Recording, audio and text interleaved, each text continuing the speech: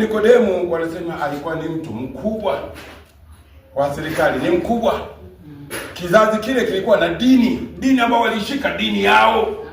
Ndio maana anasema alikuwa ni mkuu wa dini, yaani mkuu wa serikali wakiwa na dini yao, kwa sababu watu wafalme wa zamani walikuwa wanaongozwa kimila za kidini, yaani wanainuliwa kwa kidini.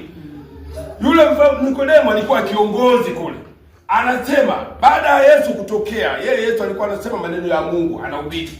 Katika mikutano yake Nikodemo alipita katika ile mikutano, akasikiliza maneno, akaziona na ishara anazozitenda Yesu. Lakini kwa sababu yeye ni mkuu, akiogopa kwamba hao wenzangu watanifikirieje, aliposikia maneno akaona ni maneno kweli. Huyu mtu anasema ni maneno kweli ya Mungu. Ishara anazozifanya hizi kweli ni Mungu yuko pamoja naye.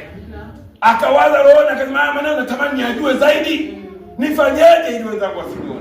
Ndio maana wanasema akatoka usiku wa manane. Wanasema akatoka, akaenda kumfuata Yesu alipo.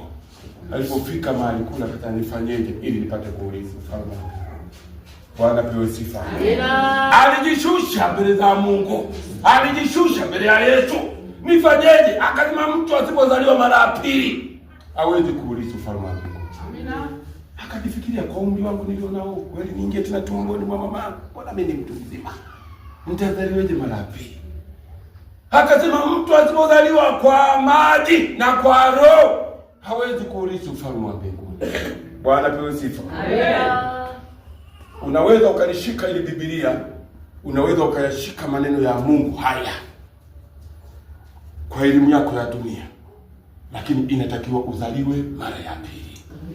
Bwana pewe sifa. Amen. Hawa wakuu wa makuhani ama Mafarisayo ama Masadukayo walilishika neno katika mambo ya kimwili, hawakulishika katika roho. Ndio maana kaambia mtu akibatizwa kwa maji, lakini lazima azaliwe mara pili, ambao ni Roho Mtakatifu anaingia ndani yake.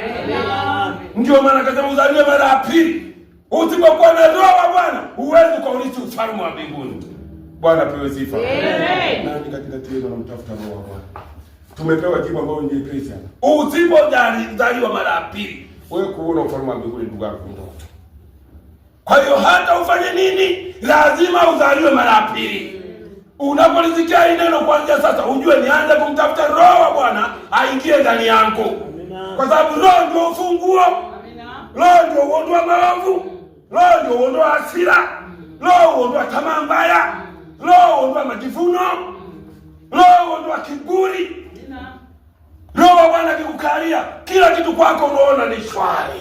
Hata mtu aje akupige, akusukume, roho ya kurudishia haipo.